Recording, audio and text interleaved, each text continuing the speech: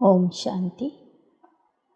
ಮುರಳಿಯ ದಿನಾಂಕ 8/4/2022। मीठे बच्चे, अपनी अवस्था अच्छी बनानी है तो सवेरे सवेरे उठ एकांत में बैठ विचार करो कि हम आत्मा है, हमें अब वापस जाना है। यह नाटक पूरा हुआ। ಮಧುರ ಮಕ್ಕಳೇ, ತಮ್ಮ ಅವಸ್ಥೆಯನ್ನು ಸರಿಯಾಗಿ ಇಟ್ಕೊಳ್ಬೇಕಾದರೆ ಬೆಳಗ್ಗೆ ಎದ್ದು ಏಕಾಂತದಲ್ಲಿ ಕುಳಿತು ವಿಚಾರ ಮಾಡಿರಿ. ನಾವು ಆತ್ಮ ಆಗಿದ್ದೇವೆ. ಈಗ ನಾಟಕ ಮುಗಿಲಿಕ್ಕೆ ಬಂದಿದೆ. ನಾವು ವಾಪಸ್ ಹೋಗಬೇಕಾಗಿದೆ. प्रश्न: पूरा बलि चढ़ने का अर्थ क्या है? उत्तर: पूरा बलि चढ़ना माना बुद्धि का योग एक तरफ रहे। ಸಂಪೂರ್ಣ ಬಲಿ ಆಗುವುದರ ಅರ್ಥ ಏನಾಗಿದೆ? ಸಂಪೂರ್ಣ ಬಲಿ ಆಗುವುದು ಅಂದರೆ ಬುದ್ಧಿಯ ಯೋಗ ಒಬ್ಬನ ಕಡೆಗೆ ಮಾತ್ರ ಇರಬೇಕು। बच्चे आदि कोई देहधारी याद न आए, देह का भान टूट जाए। ऐसा जो पूरा बलि चढ़ते हैं उन्हें 21 जन्मों का वर्षा बाप से मिलता है। जो एक दो के नाम रूप में लट्टू होते हैं वह बाप का और अपना नाम बदनाम करते हैं। ಯಾವ ಮಕ್ಕಳು ದೇಹಧಾರಿಗಳನ್ನು ನೆನಪು ಮಾಡ್ತಾರೆ, ಪರಸ್ಪರರ ನಾಮ ರೂಪಕ್ಕೆ ಆಕರ್ಷಿತ ಆಗ್ತಾರೆ, ತಂದೆಯ ಹೆಸರನ್ನು ಕೆಡಿಸ್ತಾರೆ, ತಂದೆಯ ಹೆಸರಿಗೆ ಕಳಂಕ ತರ್ತಾರೆ, ಅವರಿಗೆ 21 ಜನ್ಮದ ಆಸ್ತಿ ಸಿಗೋದಿಲ್ಲ। ಆದರೆ ಯಾರು ಎಲ್ಲರನ್ನೂ ಮರೆತು ಒಬ್ಬನ ಜೊತೆಗೆ ಬುದ್ಧಿಯೋಗ ಜೋಡಿಸ್ತಾರೆ, ಸಂಪೂರ್ಣ ಬಲಿ ಆಗ್ತಾರೆ, ಅವರಿಗೆ ತಂದೆಯಿಂದ 21 ಜನ್ಮದ ಆಸ್ತಿ ಸಿಗ್ತದೆ। प्रश्न: बाप सभी बच्चों पर कौन सी कृपा करते? ತಂದೆ ಎಲ್ಲ ಮಕ್ಕಳ ಮೇಲೆ ಯಾವ ಕೃಪೆ ಮಾಡ್ತಾರೆ? उत्तर: कौड़ी से हीरे जैसा बनाने की कृपा बाप करते हैं। जो बच्चे कदम कदम पर राय लेते हैं, कुछ छिपाते नहीं, उन पर स्वतः कृपा हो जाती है। ಕೌಡೆಯಿಂದ ವಜ್ರ ಸಮಾನ ಮಾಡುವಂಥ ಕೃಪೆ ತಂದೆ ಮಾಡ್ತಾರೆ। ಯಾವ ಮಕ್ಕಳು ಹೆಜ್ಜೆ ಹೆಜ್ಜೆಗೂ ತಂದೆಯಿಂದ ಸಲಹೆಯನ್ನು ಕೇಳ್ತಾರೆ, ಯಾವ ವಿಷಯವನ್ನು ತಂದೆಯಿಂದ ಮುಚ್ಚಿ ಇಡೋದಿಲ್ಲ, ಅವರ ಮೇಲೆ ತಂದೆಯ ಕೃಪೆ ಸ್ವತಃ ಆಗಿಬಿಡ್ತದೆ। ಗೀತ್: ಕಿಸ್ನೆ ಯಹ ಸಬ್ ಖೇಲ ರಚಾಯ? ओम शांति। जिन्होंने गीत बनाया है उनका अर्थ नहीं जानते हैं। ಈ ಸೃಷ್ಟಿಯ ಆಟವನ್ನು ಯಾರು ರಚಿಸಿದರೋ, ಈ ಹಾಡನ್ನು ಭಕ್ತರು ಹಾಡ್ತಾ ಬಂದಿದ್ದಾರೆ, ಕವಿಗಳು ಅದನ್ನು ಬರೆದಿದ್ದಾರೆ। ಆದರೆ ಈ ನಾಟಕ ಎಷ್ಟು ಸಮಯ ನಡೀತದೆ, ನಾಟಕದ ರಚಯಿತ ಯಾರು, ಆದಿ ಮಧ್ಯ ಅಂತ್ಯ ಯಾವುದು ಅನ್ನೋದು ಗೀತೆಯನ್ನು ಬರೆದವರಿಗೂ ಗೊತ್ತಿಲ್ಲ, ಹಾಡುವಂಥವರಿಗೂ ಗೊತ್ತಿಲ್ಲ। तुम बच्चों को अब बाप ने समझाया कि स्वर्ग है नई दुनिया। नई दुनिया स्वर्ग की रचना कैसे रची जाती है यह किसी को मालूम नहीं। ಈಗ ಬಾಬಾ ಹೇಳ್ತಾರೆ, ನಾನು ರಚಯಿತ ರಚನೆಕಾರ ಅಂದರೆ ಹೊಸ ಜಗತ್ತಿನ ರಚನೆ ಮಾಡ್ತೀನಿ, ಸ್ವರ್ಗದ ರಚನೆ ಮಾಡ್ತೀನಿ ವಿನಃ ನಾನು ನರಕದ ರಚನೆ ಮಾಡೋದಿಲ್ಲ. ಈ ವಿಚಾರ ಪ್ರಪಂಚದಲ್ಲಿ ಯಾರಿಗೂ ಗೊತ್ತಿಲ್ಲ. फिर कैसे माया रूपी 5 विकार चढ़ते जाते. एक एक बात नहीं है नई दुनिया के लिए. यह भी नहीं जानते तो फिर यह कैसे जानेंगे कि सतयुग है स्वर्ग. यह नॉलेज कोई भी शास्त्र में नहीं है. ಪರಮಾತ್ಮ ರಚನೆ ಮಾಡುವಾಗ ಈ ಜಗತ್ತನ್ನು ಪಾವನ ಜಗತ್ತನ್ನಾಗಿ ಸ್ವರ್ಗವನ್ನಾಗಿ ರಚನೆ ಮಾಡ್ತಾನೆ.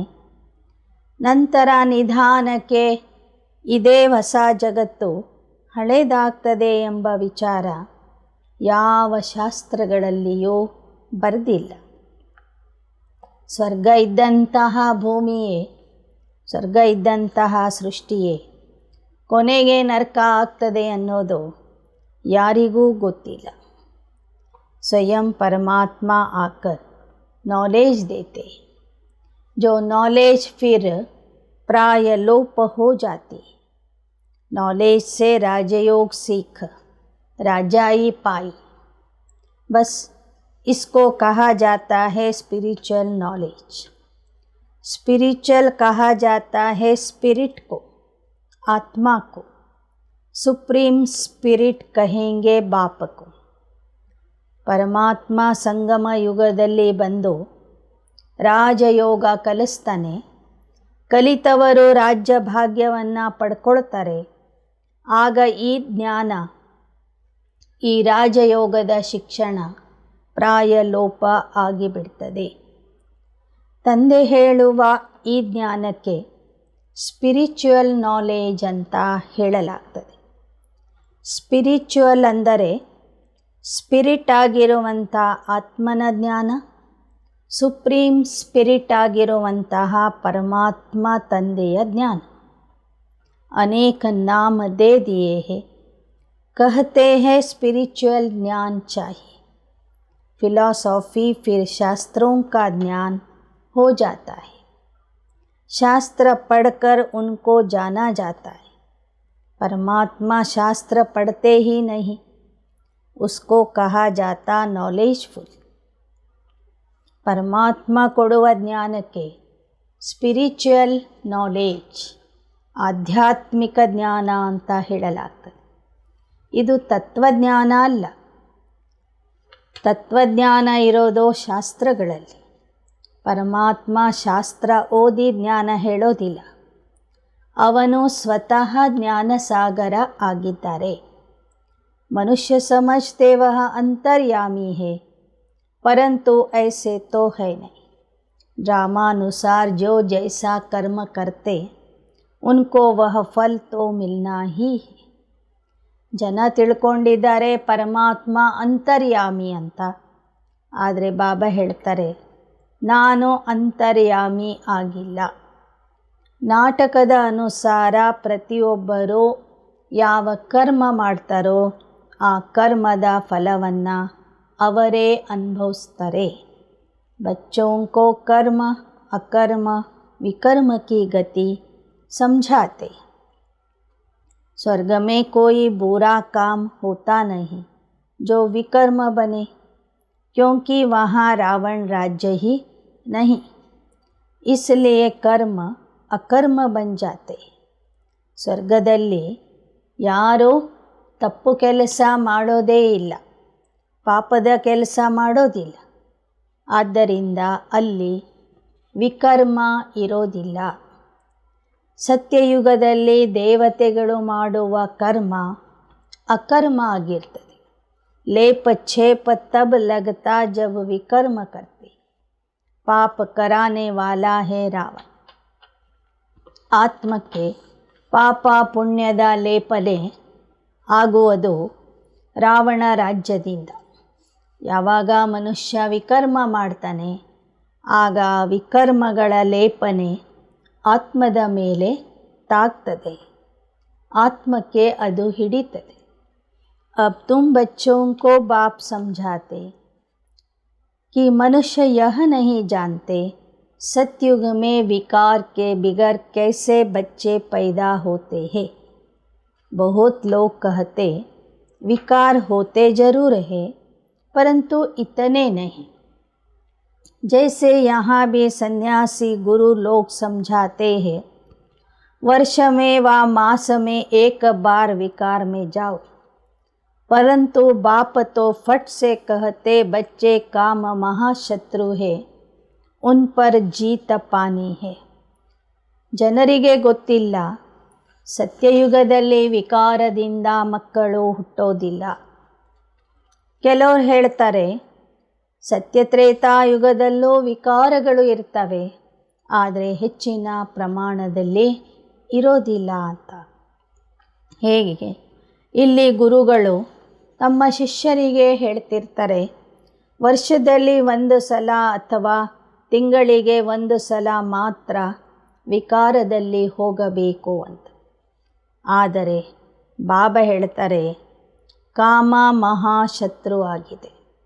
ವರ್ಷದಲ್ಲೂ ಅಲ್ಲ, ಒಂದು ತಿಂಗಳಿಗೂ ಒಂದು ಸಲ ಅಲ್ಲ, ನೀವು ಸಂಗಮ ಯುಗದ ಕೊನೆಯವರೆಗೂ ಸಂಪೂರ್ಣ ಪವಿತ್ರತೆಯಿಂದ ಇರಬೇಕಾಗಿದೆ.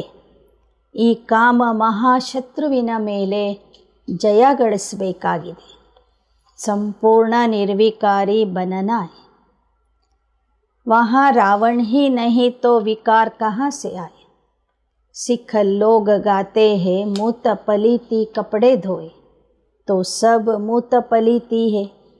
यह किसकी निंदा नहीं करते, जो जैसा होगा उनको ऐसा जरूर कहेंगे. ಬಾಬಾ ಹೇಳ್ತಾರೆ, ನೀವು ಸ್ವರ್ಗದಲ್ಲಿ ದೇವತಾ ಪದವಿ ಪಡ್ಕೋಬೇಕಾದರೆ ಸಂಗಮ ಯುಗದಲ್ಲಿ ಸಂಪೂರ್ಣ ನಿರ್ವಿಕಾರಿ ಆಗಬೇಕು. ಆ ದೇವತಾ ರಾಜ್ಯದಲ್ಲಿ ರಾವಣ ಅಂದರೆ ವಿಕಾರ ಇರೋದಿಲ್ಲ. ಕಲಿಯುಗದಲ್ಲಿ ಎಲ್ಲರೂ ವಿಕಾರಿಗಳು ಅಂದರೆ ಪತಿತರಾಗಿದೆ. ಪತಿತರಿಗೆ ಕೊಳಕಾದ ಆತ್ಮರು, ಕೊಳಕಾದ ಬಟ್ಟೆಗಳು ಅಂತ ಗುರುನಾನಕರು ಹೇಳ್ತಾರೆ.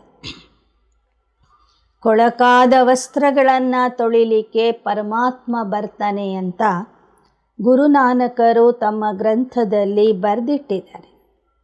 ಮನುಷ್ಯರನ್ನು ಪತಿತ ಅಂತ ಹೇಳುವುದು ಅವರ ನಿಂದನೆ ಅಲ್ಲ. ಅವರು ಏನಾಗಿದ್ದಾರೆಯೋ ಅದನ್ನೇ ಆ ಥರ ಅವರು ಬರೆದಿಟ್ಟಿದ್ದಾರೆ. ಚೋರ್ ಕೋ ಚೋರ್ ಹಿ ಕಹೆಂಗೆ ನಾ, ಗ್ರಂಥ ಮೇ ಭಿ ಬಹುತ್ ಸಮझानी ಲಿಖಿ ಹುಯಿ. ಆ ಗ್ರಂಥದಲ್ಲಿ ಕಲಿಯುಗದವರೆಲ್ಲರೂ ಕಳ್ಳರು ಅಂತಲೂ ಬರೆದಿಟ್ಟಿದ್ದಾರೆ. ಕಳ್ಳರಿಗೆ ಕಳ್ಳರು ಅಂತಲೇ ಹೇಳಬೇಕಲ್ವಾ? ಅಂದರೆ ಅದೇನು ನಿಂದನೆ ಮಾಡೋದಲ್ಲ.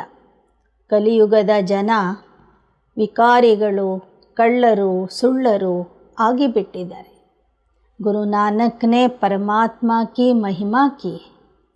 कहते हैं जप साहेब सुखमणि, बाप कहते मुझे याद करो. जिसको आधा कल्प याद किया और वह चीज़ अगर मिल जाए तो कितनी खुशी होनी चाहिए. ಗುರುನಾನಕರು ತಮ್ಮ ಗ್ರಂಥ ಸಾಹೇಬದಲ್ಲಿ ಪರಮಾತ್ಮನ ಯಥಾರ್ಥ ಮಹಿಮೆಯನ್ನು ಸಹ ಬರೆದಿಟ್ಟಿದ್ದಾರೆ.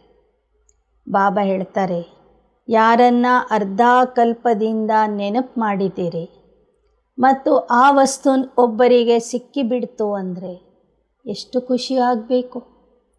ಪರಂತು ಖುಷಿ भी उनको होती जो घड़ी घड़ी अपने को ಆತ್ಮ ಸಮಜ್ತೆ ಹೇ. ಆದರೆ ಖುಷಿ ಆಗುವುದು ಯಾರಿಗೆ? ಯಾರು ಕ್ಷಣ ಕ್ಷಣಕ್ಕೂ ತಮಗೆ ತಾವು ಆತ್ಮ ಅಂತ ತಿಳ್ಕೊಂಡು ತಂದೆಯನ್ನು ಪ್ರೀತಿಯಿಂದ ನೆನಪು ಮಾಡ್ತಾರೆ, ಅವರಿಗೆ ಮಾತ್ರ ಆ ಖುಷಿಯ ಅನುಭವ ಆಗ್ತದೆ. ಆತ್ಮ ಸಮझ बाप के साथ जिनका लव रहेगा, जो बाप को याद करेंगे उनको खुशी होगी. आत्मा को इस समय पता ही नहीं था कि हमारा बाप कौन है.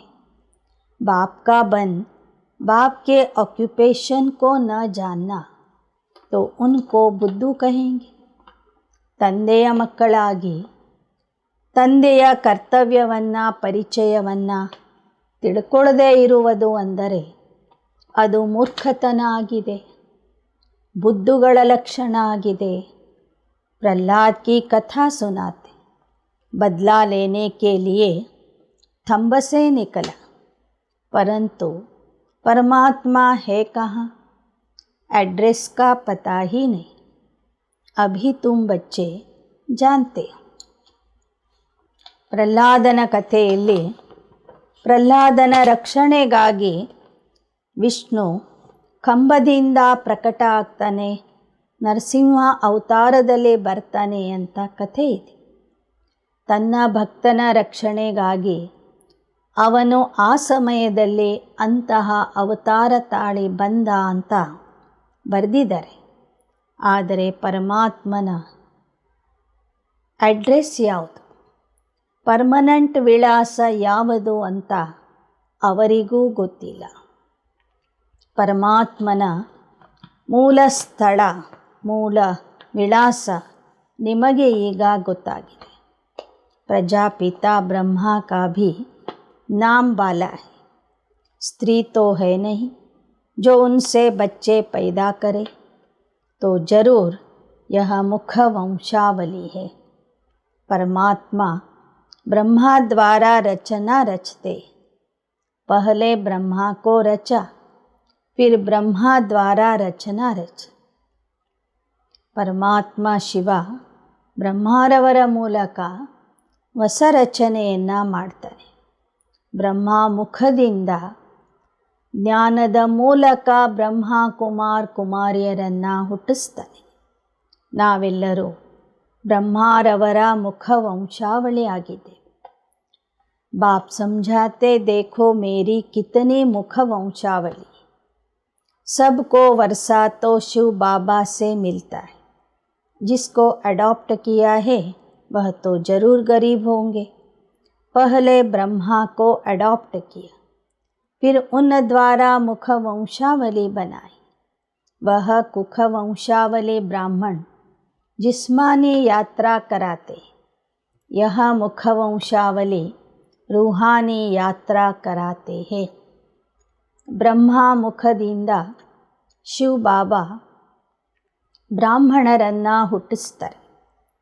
ಮೊದಲು ಬ್ರಹ್ಮನಿಗೆ ಅಡಾಪ್ಟ್ ಮಾಡಿಕೊಳ್ತಾರೆ, ನಂತರ ಅವರ ಮೂಲಕ ಅನೇಕ ಬ್ರಹ್ಮ ಕುಮಾರಿಯರನ್ನು ಹುಟ್ಟಿಸ್ತಾರೆ. ಲೌಕಿಕದ ಬ್ರಾಹ್ಮಣರು ದೈಹಿಕ ಯಾತ್ರೆ ಮಾಡಿಸ್ತಾರೆ. ನೀವು ಬ್ರಾಹ್ಮಣರು ಆತ್ಮಿಕ ಯಾತ್ರೆ ಮಾಡಿಸ್ತೀರಿ. इस रूहानी यात्रा का किसको पता नहीं. पुरुषार्थ करते हैं हम निर्वाण धाम जावे, तो बुद्धि की यात्रा ब्रह्म तरफ होगी, वह ब्रह्म की यात्रा हो गई. समझते हैं हम ब्रह्म में लीन हो जाएंगे. ಬಾಬಾ ಹೇಳ್ತಾರೆ, ಯಾರಿಗೂ ಸಹ ಈ ಆತ್ಮಿಕ ಯಾತ್ರೆಯ ಪರಿಚಯನೇ ಇಲ್ಲ. ಕೆಲವರು ಬ್ರಹ್ಮತತ್ವವನ್ನು ನೆನಪು ಮಾಡ್ತಾ ಅಲ್ಲಿಗೆ ಹೋಗಬೇಕು ಅಂತ ತಪಸ್ಸು ಮಾಡ್ತಾರೆ. ಆದರೆ ಒಬ್ಬರೂ ಸಹ ಬ್ರಹ್ಮತತ್ವಕ್ಕೆ ಹೋಗಲಿಲ್ಲ, ಬ್ರಹ್ಮತತ್ವದಲ್ಲಿ ಐಕ್ಯ ಆಗೋದಿಲ್ಲ. जिस्मानी यात्रा करने की फिर क्या दरकार है. यात्रा है निर्वाण धाम की. उनको फिर ज्योति ज्योत समाया या बुद्धे से मिल गया, ऐसे नहीं कहे. ಒಂದು ವೇಳೆ ಎಲ್ಲರ ಗುರಿಯೂ ಸಹ ಪರಮಧಾಮಕ್ಕೆ ಹೋಗುವ ಗುರಿಯಾಗಿದ್ದರೆ ಈ ದೈಹಿಕ ಯಾತ್ರೆಗಳನ್ನು ಮಾಡುವ ಅಗತ್ಯತೆ ಇರಲಿಲ್ಲ. ಒಂದು ವೇಳೆ ತತ್ವಜ್ಞಾನಿಗಳು ಜ್ಯೋತಿ ಹೋಗಿ ಜ್ಯೋತಿಯಲ್ಲಿ ಸಮಾವೇಶ ಆಗೋದಾಗಿದ್ದರೆ ಈ ಭಕ್ತಿಯ ಯಾತ್ರೆಗಳು ಬೇಕಿರಲಿಲ್ಲ. यह आत्मा यात्रा करती है, ब्रह्म तत्व में जाती है. यह रूहानी यात्रा है, बाकी सब है जिस्मानी यात्रा. ಯಾವ ಜ್ಯೋತಿನೂ ಹೋಗಿ ಆ ಜ್ಯೋತಿರ್ತತ್ವದಲ್ಲಿ ಸಮಾವೇಶ ಅಥವಾ ಲೀನ ಆಗೋದಿಲ್ಲ. ತತ್ವಜ್ಞಾನಿಗಳು ಹೇಳಿದರು, ಮನುಷ್ಯ ಅಥವಾ ಆತ್ಮ ಅಂದರೆ ಒಂದು ನೀರಿನ ಗುಳ್ಳೆ. ದೇಹ ಬಿಟ್ಟ ನಂತರ ಈ ಗುಳ್ಳೆ ಹೋಗಿ ಸಾಗರದಲ್ಲಿ ಸಮಾವೇಶ ಆಗಿಬಿಡ್ತದೆ ಅಂತ ಬಾಬಾ ಹೇಳ್ತಾರೆ. ಆ ಥರ ಏನೂ ಇಲ್ಲ. ನಾವೆಲ್ಲ ಆತ್ಮರು ಪರಮಧಾಮದ ನಿವಾಸಿಗಳು. ಕೊನೆಗೆ ಪರಮಾತ್ಮ ಬಂದಾಗ ಅವನ ಜೊತೆಗೆ ಆ ಪರಮಧಾಮಕ್ಕೆ ಹೋಗಿಬಿಡ್ತೇವೆ. ಅಭಿ ಬೇಹದ್ ಕಾ ಬಾಪ್ ಕಹತೆ ಮೈ ಸಬ್ ಕೋ ಲೇ ಜಾತಾ, ಸರ್ವ ಕಾ ಪಂಡ ಬಾಪ್ ಹಿ ಬಂತೆ. ಈಗ ಬಾಬಾ ಬಂದು ಹೇಳ್ತಾ ಇದ್ದಾರೆ, ಮಕ್ಕಳೇ, ನಾನು ಎಲ್ಲರನ್ನೂ ಕರ್ಕೊಂಡು ಹೋಗ್ತೀನಿ. ಎಲ್ಲರ ಸುಪ್ರೀಂ ಮಾರ್ಗದರ್ಶಕ ನಾನೇ ಆಗ್ತೀನಿ. ಅಬ್ ತುಮ್ ಸಚ್ಚಿ ಸಚ್ಚಿ ಯಾತ್ರಾ ಪರ್ ಹೋ. हम आत्मा है, नाटक पूरा होता है, वापिस जाना है, यह पक्का हो जाना चाहिए. एकांत में बैठ यह ख्याल करो कि बाबा हमको लेने आया है. हम आत्मा है, यह चोला चीची. ಈಗ ನೀವು ಸತ್ಯ ಸತ್ಯ ಯಾತ್ರೆ ಮಾಡ್ತಾ ಇದ್ದೀರಿ. ನಾಟಕ ಮುಗಿಲಿಕ್ಕೆ ಬಂದಿದೆ, ಮರಳಿ ಹೋಗಬೇಕಾಗಿದೆ. ಆದ್ದರಿಂದ ಬೆಳಗ್ಗೆ ಬೆಳಗ್ಗೆ ಎದ್ದು ಏಕಾಂತದಲ್ಲಿ ಕುಳಿತು ವಿಚಾರ ಮಾಡಿ, ನಾವು ಆತ್ಮ ಪರಮಧಾಮದ ನಿವಾಸಿ. ತಂದೆ ನಮ್ಮನ್ನು ಕರೆದುಕೊಂಡು ಹೋಗಲು ಬಂದಿದ್ದಾರೆ. ಈ ಹಳೆ ದೇಹವನ್ನು ಬಿಟ್ಟು ತಂದೆಯ ಜೊತೆಗೆ ನಾವು ಹೋಗೋರಿದ್ದೇವೆ. ऐसे अपने साथ बात करनी होती है. इसको विचार सागर मंथन कहा जाता है. ಹೀಗೆ ಬೆಳಗ್ಗೆ ಬೆಳಗ್ಗೆ ಎದ್ದು ನಮ್ಮ ಜೊತೆಗೆ ನಾವೇ ಮಾತಾಡ್ಕೋಬೇಕು. ಇದಕ್ಕೆ ವಿಚಾರ ಸಾಗರ ಮಂಥನ ಅಂತ ಹೇಳಲಾಗ್ತದೆ. बाप ने कर्म करने की भी छुट्टी दी. बाकी रात को जागकर यह अभ्यास करो तो दिन में अवस्था अच्छी रहेगी, मदद मिले. रात का अभ्यास दिन में काम में आएगा. ಬಾಬಾ ಹೇಳ್ತಾರೆ, ನೀವು ಕರ್ಮ ಬಿಟ್ಟು ಪುರುಷಾರ್ಥ ಮಾಡಬೇಕಿಲ್ಲ. ನಿಮ್ಮ ನಿಮ್ಮ ಕರ್ತವ್ಯಗಳನ್ನು ಉದ್ಯೋಗಗಳನ್ನು ಮಾಡ್ತಾ ಇರಿ. ರಾತ್ರಿಯ ಸಮಯದಲ್ಲಿ ನಿದ್ದೆ ಬಿಟ್ಟಾದರೂ ತಂದೆಯನ್ನು ನೆನಪು ಮಾಡಿರಿ. ಬೆಳಗ್ಗಿನ ಸಮಯದಲ್ಲಿ ಎದ್ದು ನಿಮ್ಮ ಜೊತೆಗೆ ನೀವೇ ಮಾತಾಡಿಕೊಳ್ಳ್ರಿ. ಅದರಿಂದ ನಿಮ್ಮ ಇಡೀ ದಿನದ ಅವಸ್ಥೆಯೂ ಸಹ ಒಳ್ಳೆಯ ಅವಸ್ಥೆ ಇರಬಹುದು. ರಾತ್ ಕೋ 2 बजे के बाद जागना, क्योंकि 9 से 12 बजे तक का टाइम बिल्कुल डर्टी है. इसलिए विचार सागर मंथन सवेरे ही किया जाता है. ಬಾಬಾ ಹೇಳ್ತಾರೆ, ಅಮೃತ ವೇಳೆ ಅಂದರೆ 2 ಗಂಟೆಯ ನಂತರ ಎದ್ದು ವಿಚಾರ ಸಾಗರ ಮಂಥನ ಮಾಡಿರಿ. ರಾತ್ರಿ 9 ರಿಂದ 12 ಗಂಟೆಯವರೆಗಿನ ಸಮಯ ಬಹಳ ಹೊಲಸಾಗಿರ್ತದೆ. ಅದಕ್ಕಾಗಿ ಬಾಬಾ 2 ಗಂಟೆಯ ನಂತರ ಎದ್ದು ವಿಚಾರ ಸಾಗರ ಮಂಥನ ಮಾಡಲಿಕ್ಕೆ ಸಲಹೆ ಕೊಡ್ತಾರೆ. ಬಾಪ್ ಶಿಕ್ಷಾ ದೇತೆ, नहीं तो हम ऐसे श्रेष्ठ पवित्र बन कैसे सकते. इस समय करप्शन बहुत है, इसलिए नाम निकलते हैं सदाचार कमेटी.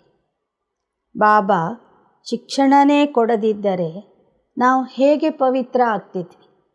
ಪ್ರತಿಯೊಂದು ವಿಷಯಕ್ಕೂ ಬಾಬಾ ಶ್ರೀಮತ ಕೊಡ್ತಾರೆ. ಆ ಶ್ರೀಮತದಂತೆ ನಡೆಯೋದ್ರಿಂದ ನಾವು ಪವಿತ್ರ ಆಗ್ತೇವೆ. ಈ ಸಮಯದಲ್ಲಿ ಇಡೀ ಜಗತ್ತೇ ಭ್ರಷ್ಟಾಚಾರಿಯಾಗಿದೆ. ಎಲ್ಲ ಕಡೆಗೂ ಭ್ರಷ್ಟಾಚಾರ ತುಂಬಿದೆ. ಆದ್ದರಿಂದ ಕೆಲವರು ಭ್ರಷ್ಟಾಚಾರದ ನಿರ್ಮೂಲನೆಗಾಗಿ ಸದಾಚಾರ ಕಮಿಟಿ ಅಂತ ಮಾಡಿಕೊಂಡಿರ್ತಾರೆ. आगे यह सब बातें थी नहीं. यह करप्शन आदि अभी हुई, मिनिस्टर आदि बनते हैं तो कितने पैसे लूಟते. ಹಳೆ ಕಾಲದಲ್ಲಿ ಈ ಲಂಚ ಕೊಡುವುದು ತೆಗೆದುಕೊಳ್ಳುವುದು, ಭ್ರಷ್ಟಾಚಾರ ಇತ್ಯಾದಿ ಇರಲಿಲ್ಲ. ಈಗ ಎಲ್ಲ ಮಂತ್ರಿಗಳಿಂದ ಹಿಡಿದು ಎಲ್ಲ ಅಧಿಕಾರಿಗಳು ಸಹ ಸಾಕಷ್ಟು ಹಣವನ್ನು ಲೂಟಿ ಮಾಡ್ತಾ ಇದ್ದಾರೆ. ಇದಕ್ಕೆ ಭ್ರಷ್ಟಾಚಾರ ಅಂತ ಹೇಳಲಾಗ್ತದೆ. ಸತ್ಯಯುಗಮೇ ಹೋತಿ ಹೇ श्रेष्ठाचारी गवर्नमेंट, तुम बहुत श्रेष्ठाचारी बन रहे, वहाँ पाप का नाम नहीं होता. ಸತ್ಯಯುಗದಲ್ಲಿ ಶ್ರೇಷ್ಠಾಚಾರಿ ಸರ್ಕಾರ ಇರ್ತದೆ, ಅಲ್ಲಿ ಪಾಪದ ಹೆಸರು ಇರೋದಿಲ್ಲ. बाप आकर स्वर्ग के लायक बनाते, सभी जो डर्टी है उनको गुलगुल बनाते. स्वर्ग स्थापन करके सर्व को सद्गति देकर फिर खुद छिप जाता. मेरा पार्ट ही है सबको सद्गति देना. ಬಾಬಾ ನಮ್ಮನ್ನು ಸ್ವರ್ಗದ ಲಾಯಕರನ್ನಾಗಿ ಮಾಡ್ತಾ ಇದ್ದಾರೆ. ಈ ಪ್ರಪಂಚದಲ್ಲಿ ಎಲ್ಲರೂ ಹೊಲಸಾಗಿದ್ದಾರೆ. ಎಲ್ಲರನ್ನ ಪವಿತ್ರ ಹೂಗಳನ್ನಾಗಿ ಮಾಡಿ ಸರ್ವರಿಗೂ ಸದ್ಗತಿಯನ್ನು ಕೊಟ್ಟು ಸ್ವರ್ಗಕ್ಕೆ ಕಳಿಸಿ ಬಾಬಾ ತಾವು ಪರಮಧಾಮಕ್ಕೆ ಹೋಗಿಬಿಡ್ತಾರೆ. ತಮ್ಮನ್ನು ತಾವು ಬಚ್ಚಿ ಇಟ್ಕೊಳ್ತಾರೆ. ನನ್ನ ಪಾತ್ರವೇ ಆ ಥರ ಇದೆ ಅಂತ ಬಾಬಾ ನಮಗೆ ತಿಳಿಸ್ತಾ ಇದ್ದಾರೆ. मैं सारी दुनिया को क्या से क्या बनाता, यह मनुष्य भी कहते हैं लड़ाई लगेगी. अखबारों में पढ़ता है 5 वर्ष के अंदर यह होगा वह होगा. अच्छा विनाश होगा, फिर क्या होगा? यह विनाश भी क्यों होता है? कारण बताए ना. तुम जानते हो बाप स्वर्ग की स्थापना कर रहे हैं तो नर्क का जरूर विनाश होगा.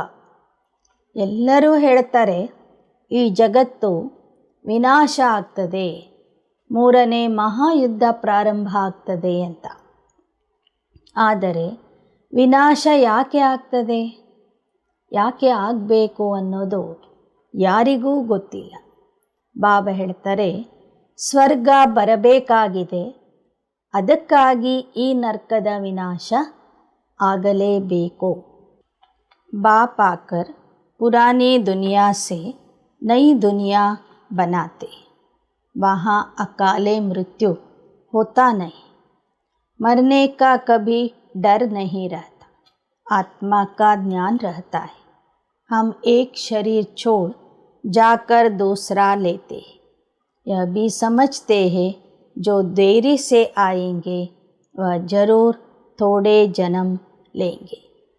ಆ ಹೊಸ ಜಗತ್ತಿನಲ್ಲಿ ಅಕಾಲಿಕ ಮರಣ ಇರೋದಿಲ್ಲ, ಮೃತ್ಯುವಿನ ಭಯವೂ ಇರೋದಿಲ್ಲ. ದೇಹ ಬಿಡುವಾಗ ಆತ್ಮಕ್ಕೆ ಗೊತ್ತಾಗ್ತದೆ ನಾನು ಹಳೆ ದೇಹ ಬಿಟ್ಟು ಹೊಸ ದೇಹದಲ್ಲಿ ಹೋಗ್ತಿದ್ದೇನೆ ಅಂತ. हमारे 84 जन्म पूरे हुए, यह दुनिया नहीं जानती. तुम आत्माओं को परमात्मा बैठ समझाते हैं.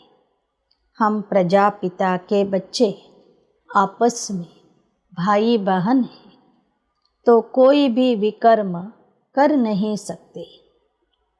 परमपिता परमात्मನ ಮಕ್ಕಳು ಪ್ರಜಾಪಿತಾ ಬ್ರಹ್ಮನ ಮುಖವಂಶಾವಳಿ ಬ್ರಾಹ್ಮಣರು ಅಂದರೆ ನಾವು ಪರಸ್ಪರ ಸೋದರ ಸೋದರಿಯಾಗಿದ್ದೇವೆ. ಆದ್ದರಿಂದ ನಾವು ಯಾವುದೇ ರೀತಿಯ ವಿಕರ್ಮ ಮಾಡಬಾರದು.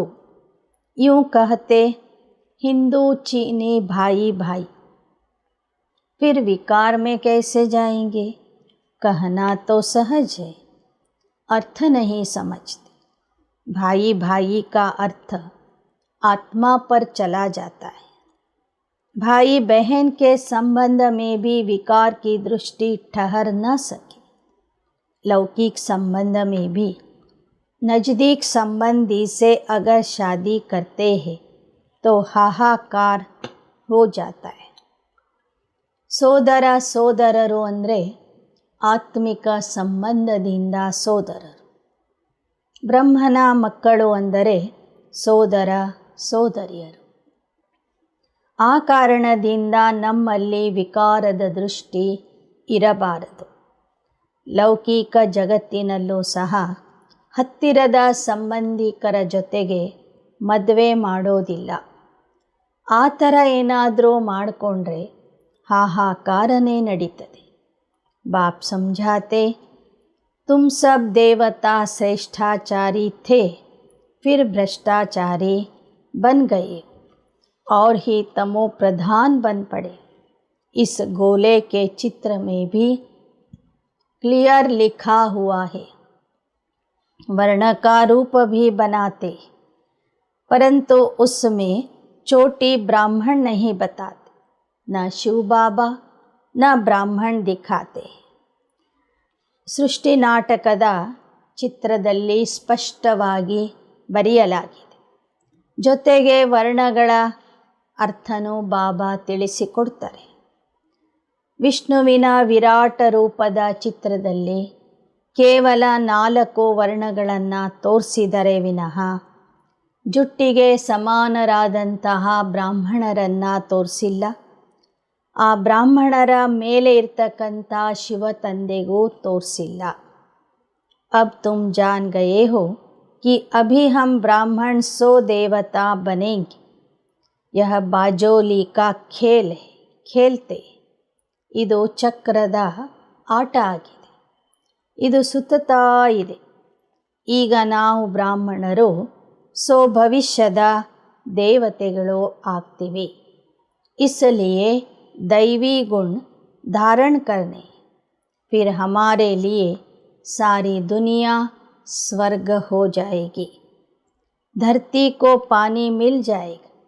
ऐसे ऐसे रात को अच्छी रीति विचार सागर मंथन करो तो दिन में बहुत मदद मिलेगी.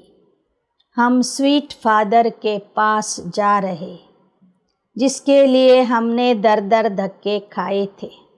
रास्ता कहाँ से भी नहीं मिला था.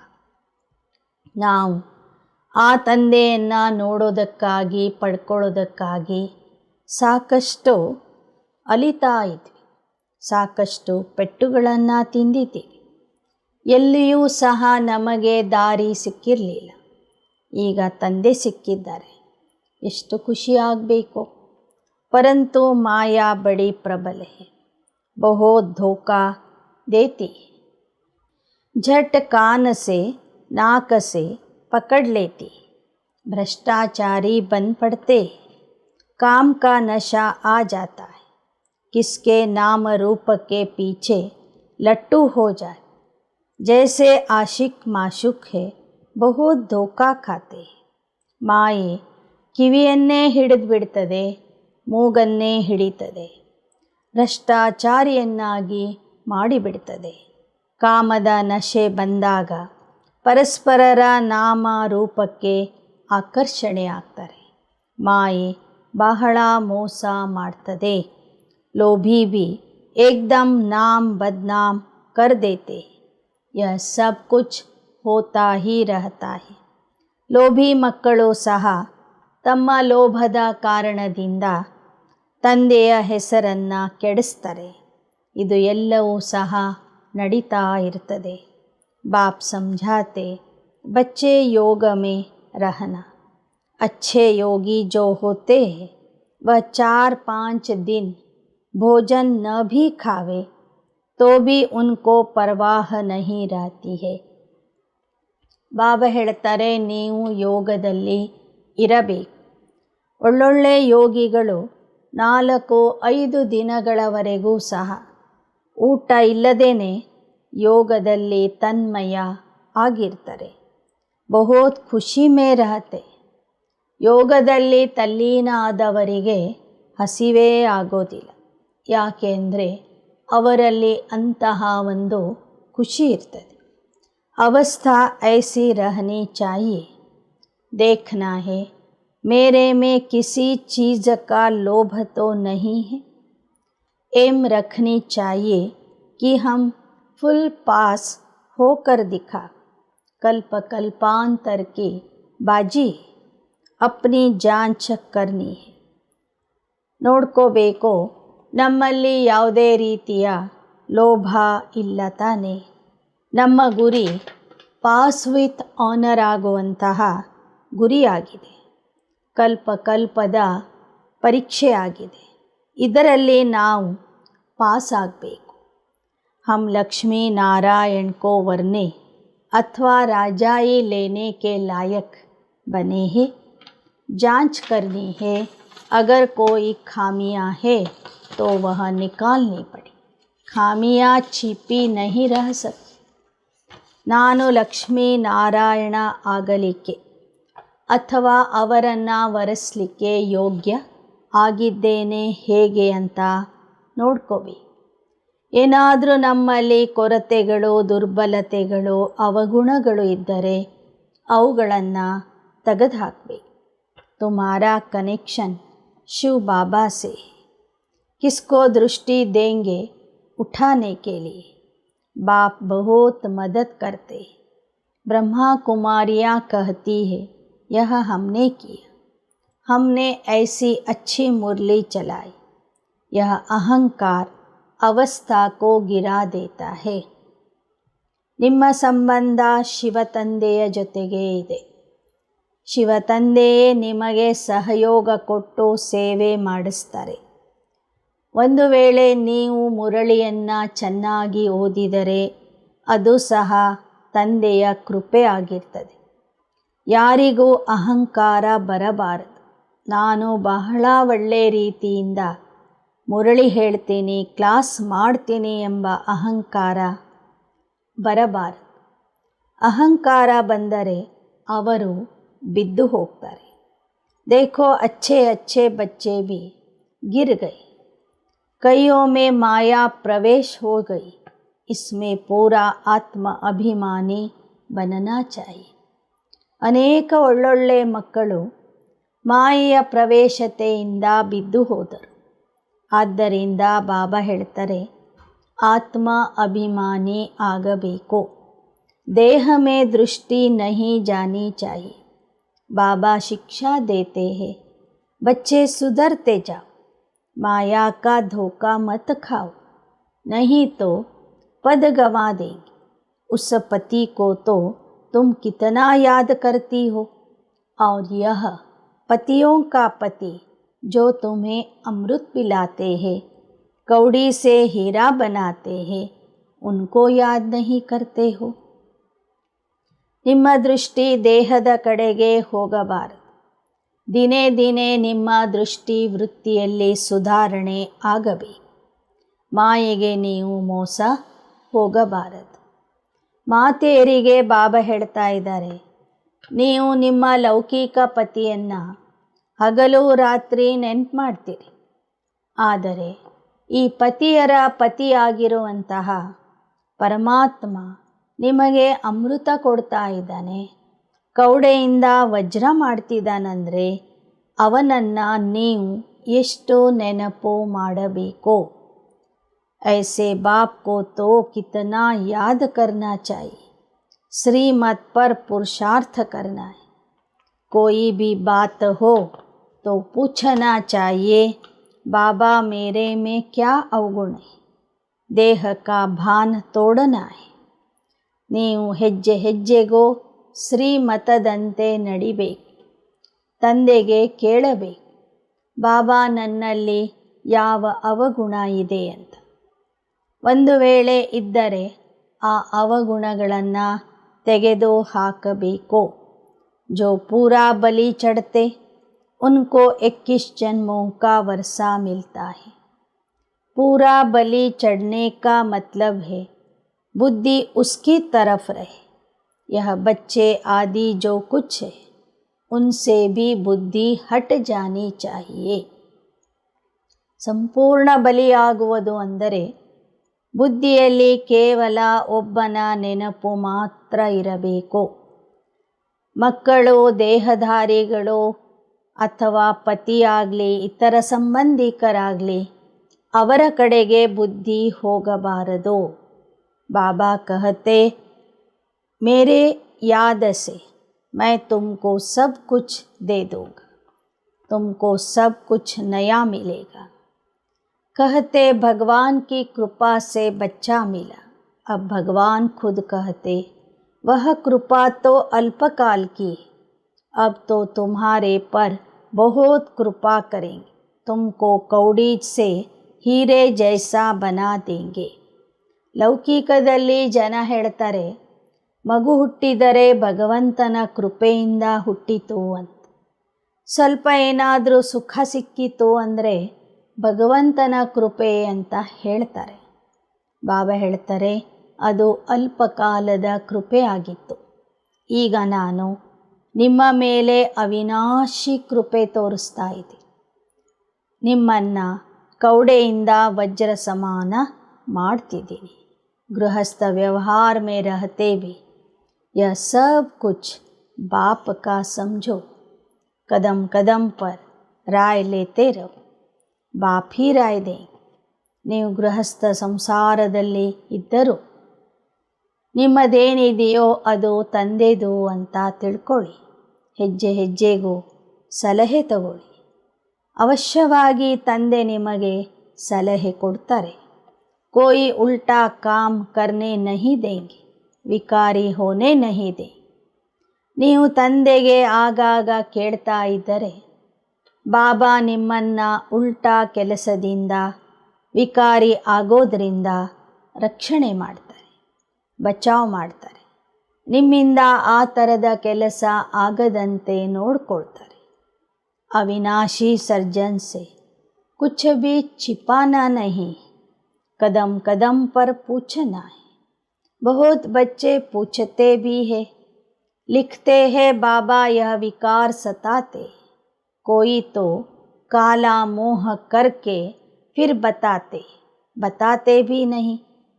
छिपाते रहेंगे तो और ही काले होते जाएंगे. ಕೆಲವರು ತಂದೆಗೆ ಕೇಳ್ತಿರ್ತಾರೆ, ಬಾಬಾ ಈ ಥರ ಸಂಕಲ್ಪದಲ್ಲಿ ವಿಕಾರ ಬರ್ತದೆ, ಏನು ಮಾಡೋದು? ಇನ್ನು ಕೆಲವರು ಪೂರ್ಣ ಬಿದ್ದು ಹೋದ ನಂತರ ತಿಳಿಸ್ತಾರೆ. ಕೆಲವರು ಅದೂ ತಿಳಿಸೋದು. ಮಾಡಿದ ತಪ್ಪುಗಳನ್ನು ತಂದೆಗೆ ತಿಳಿಸದೇ ಹೋದರೆ ಇನ್ನಿಷ್ಟು ತಮ್ಮ ಮುಖವನ್ನು ಕಪ್ಪು ಮಾಡಿಕೊಳ್ತಾರೆ, ಇನ್ನಿಷ್ಟು ಪತಿತ ಆಗಿಬಿಡ್ತಾರೆ, ತಮ್ಮ ಪದವಿಯನ್ನು ಕಳ್ಕೊಳ್ತಾರೆ. ಅಚ್ಚ मीठे मीठे सिकी लदे बच्चों प्रति मात पिता बाप दादा का याद प्यार और गुड मॉर्निंग. रूहानी बाप की रूहानी बच्चों को नमस्ते.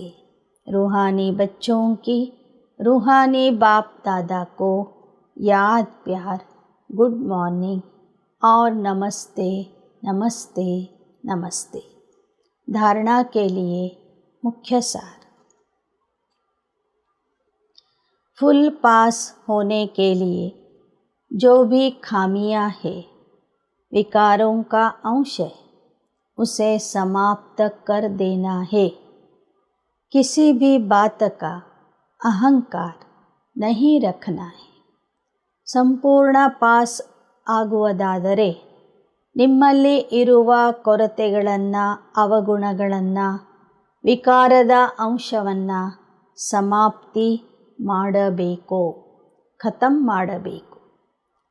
ಯಾವುದೇ ಮಾತಿನ ಬಗ್ಗೆ ಅಹಂಕಾರ ಬರಬಾರದು. ಎರಡನೇದು, दृष्टि बहुत पवित्र शुद्ध बनानी. कभी भी किसी देहधारी के पीछे लटकना नहीं, पूरा आत्म अभिमानी बनना है. ನಿಮ್ಮ ದೃಷ್ಟಿ ಬಹಳ ಪವಿತ್ರ ಶುದ್ಧ ಇರಬೇಕು. ಯಾವುದೇ ದೇಹಧಾರಿಯ ಹಿಂದೆ ನೀವು ಆಕರ್ಷಿತ ಆಗಬಾರದು. ಅವರನ್ನು ಹಿಡ್ಕೊಂಡು ನೇತಾಡಬಾರದು. ಆತ್ಮ ಅಭಿಮಾನಿ ಆಗಬೇಕು. ವರದಾನ. साइलेंस की शक्ति से बुराई को अच्छाई में बदलने वाले ಶುಭ ಭಾವನಾ ಸಂಪನ್ನ ಭವ. ಶಾಂತಿಯ ಶಕ್ತಿಯಿಂದ ಕೆಟ್ಟತನವನ್ನು ಒಳ್ಳೆತನದಲ್ಲಿ ಬದಲಾಯಿಸುವಂತಹ ಶುಭ ಭಾವನಾ ಸಂಪನ್ನ ಆಗಿರಿ. जैसे साइंस के साधन से खराब माल को भी परिवर्तन कर अच्छी चीज़ बना देते, ऐसे आप साइलेंस की शक्ति से बुरी बातें व बुरे संबंध को बुराई से अच्छाई में परिवर्तन कर दो. ಹೇಗೆ ವಿಜ್ಞಾನದ ಸಾಧನಗಳಿಂದ ಕಸವನ್ನು ರಸ ಮಾಡ್ತಾ ಇದ್ದಾರೆ, ಕೆಟ್ಟು ಹೋದಂಥ ವಸ್ತುಗಳಿಂದ ಪುನಃ ಹೊಸ ವಸ್ತುಗಳನ್ನು ತಯಾರು ಮಾಡ್ತಾರೆ, ಹಾಗೆ ಶಾಂತಿಯ ಶಕ್ತಿಯಿಂದ ನೀವು ಕೆಟ್ಟ ಮಾತುಗಳನ್ನು, ಕೆಟ್ಟು ಹೋದಂಥ ಸಂಬಂಧವನ್ನು ಮತ್ತೆ ಸರಿ ಮಾಡಿರಿ. ಕೆಟ್ಟತನವನ್ನು ಒಳ್ಳೆತನದಲ್ಲಿ ಪರಿವರ್ತನೆ ಮಾಡಿರಿ. ऐसी शुभ भावना संपन्न बन जाओ जो आपके श्रेष्ठ संकल्प से अन्य आत्माएं भी बुराई को बदल अच्छाई धारण कर ले. ನೀವು ಶುಭ ಭಾವನಾ ಸಂಪನ್ನ ಆಗಬೇಕು. ನಿಮ್ಮ ಶ್ರೇಷ್ಠ ಸಂಕಲ್ಪದಿಂದ ಅನ್ಯ ಆತ್ಮರಲ್ಲಿ ಇರುವ ಕೆಟ್ಟತನ ಹೋಗಿ ಒಳ್ಳೆತನ ಅವರಲ್ಲಿ धारणे ಆಗಬೇಕು. नॉलेजफुल के हिसाब से राइट रॉन्ग को जानना अलग बात है, लेकिन स्वयं में बुराई को बुराई के रूप में धारण करना गलत है. इसलिए बुराई को देखते जानते भी उसे अच्छाई में बदल दो. ಜ್ಞಾನದ ಲೆಕ್ಕದಿಂದ ಸತ್ಯ ಅಸತ್ಯವನ್ನು ಗುರುತಿಸುವುದು ಬೇರೆ ವಿಚಾರ ಆಗಿದೆ. ಆದರೆ ನಮ್ಮಲ್ಲಿ ಒಂದು ಕೆಟ್ಟ ಗುಣ ಇದೆ ಅಂತ ಗೊತ್ತಿದ್ದರೂ ಸಹ ಅದನ್ನು ಬಿಡದೇ ಇರುವುದು ತಪ್ಪಾಗಿದೆ. ಆದ್ದರಿಂದ ತಮ್ಮಲ್ಲಿ ಇರುವ ಕೆಟ್ಟತನವನ್ನು ತೆಗೆದುಹಾಕಿರಿ. ಅನ್ಯರಲ್ಲಿ ಇರುವ ಕೆಟ್ಟತನವನ್ನು ನೋಡಿದರೂ ನೋಡದಂತೆ ಇರಿ. ಅದನ್ನು ಒಳ್ಳೆ ಭಾವನೆಗಳಲ್ಲಿ ಬದಲಾಯಿಸಿರಿ. ಕೆಟ್ಟತನವನ್ನು ಒಳ್ಳೆತನದಲ್ಲಿ ಪರಿವರ್ತನೆ ಮಾಡಿರಿ. श्लोगन. सहनशीलता का गुण धारण करो तो कठोर संस्कार भी शीतल हो जाएंगे. ಸಹನಶೀಲತೆಯ ಗುಣವನ್ನು ಧಾರಣೆ ಮಾಡಿರಿ, ಆಗ ಕಠೋರ ಸಂಸ್ಕಾರಗಳು ಸಹ ಶೀತಲ ಆಗುತ್ತವೆ. ಓಂ ಶಾಂತಿ. ಓಂ ಶಾಂತಿ.